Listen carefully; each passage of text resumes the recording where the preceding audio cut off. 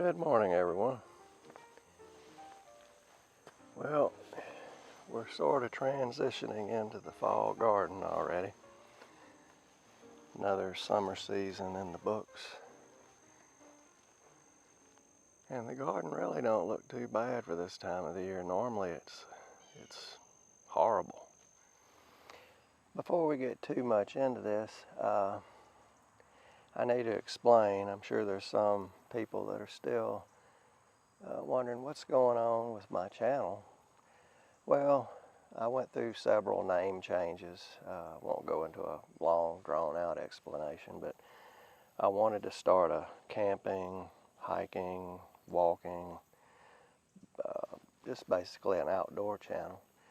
And I wanted that to be my primary channel. Well, iMovie, when you upload a video to YouTube, it's only going to upload to your main page. And so I would have to go through several processes to get my outdoor stuff on the outdoor page. So what I've done, I've taken my gardening channel and made it the separate page so that iMovie will upload the outdoor stuff to this channel. So I'm going to run this video here for several days so that people that were watching my gardening can know to go to the gardening page for that. And I hope you stay here on the outdoor channel too. There's going to be some interesting stuff on it. But I'll put a link in the description because I don't know how to put a link on the screen right now. That'll work. So I'll leave a link in the description. Click on it and go to my Joe's Place page and subscribe, and then you'll get my gardening. Anyway, I apologize for the inconvenience and confusion that may have caused. It was very confusing for me. And I just couldn't figure out how to get iMovie to upload to various pages. It would only go to the main one. All right, thank you, and I hope you go over there and subscribe to Joe's Place. Thank you. Talk to you later. My volunteer okra, the Texas Hill Country Red. Some beautiful little plants here. There was another volunteer. This was the tomato bed with the hybrid BHNs. Like I was saying, the other volunteer, it's at least 12 feet tall. Been getting a lot of okra off it. And as you can see, I'm busily sheet composting these beds. I believe in the no-till sheet composting method. My little okra never really took off, but I really don't like it to get too big, to be honest with you. And my cayenne peppers are giving me way more cayennes than I need, and that's good. I've still got these Chef's Choice tomatoes going. We'll let them go and see if they'll produce a few fall tomatoes for me.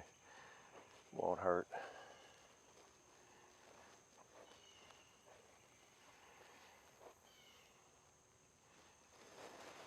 Got a little tomato there. Starting to bloom again.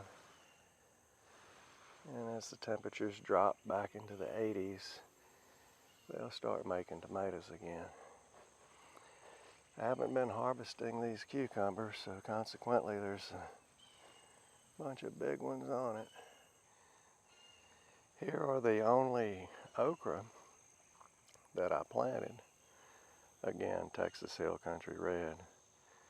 And they're doing spectacular.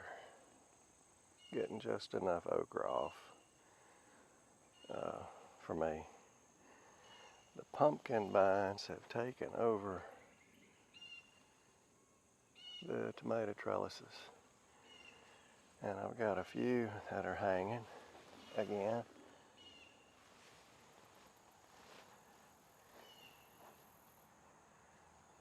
I'll let them go. And got some 4th of July tomatoes. I'm hoping I'll get a few of them this fall. Pumpkin patch is marvelous.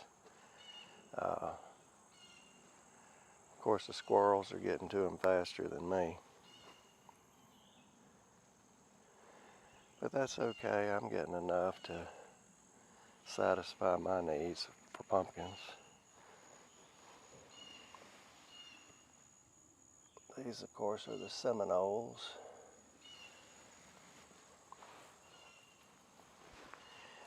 And they're going way back into the wild areas and even climbing on stuff back there.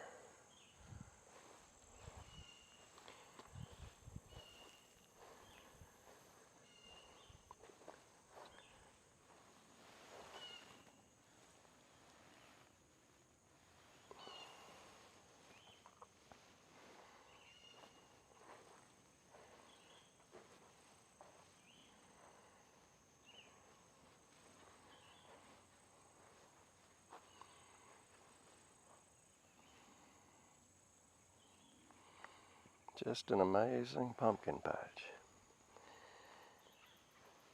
And this was my corn, if you recall. Got it cleaned up. I'm not sure if I'm going to use it for collards or let it go fallow. I was going to use this bed for the collards, but I'm probably going to see what the tomatoes do, and if I keep the tomatoes into the fall, then I'll use this for the collards. Most of y'all know that I use the no-till sheet composting method of gardening. I think it came into fame being called back to Eden.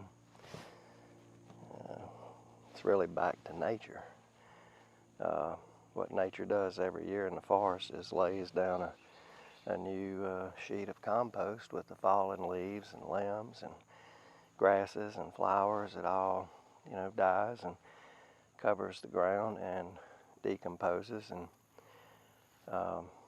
if you dig under that leaf litter, or duff as it's called, you'll see worms and all kinds of activity, and the soil is generally very loose and friable and moist. And so when you sheet compost, you're basically just mimicking Mother Nature. And all this material here is corn cobs and grass clippings and whatever the lawnmower picked up, and I spread it out evenly back over the bed so I don't lose any of the nutrients. As the plants absorb the nitrogen compounds from the ground, it gets locked up in the tissue of the plant.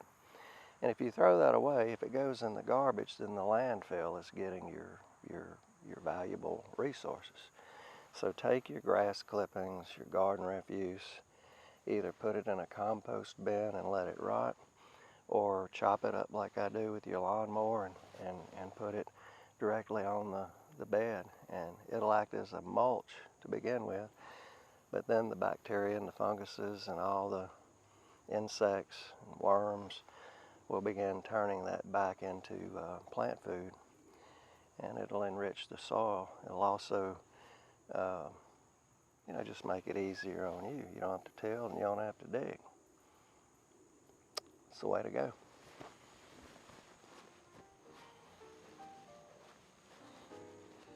Okay, everyone, that's a wrap for this update. Hope you enjoyed it.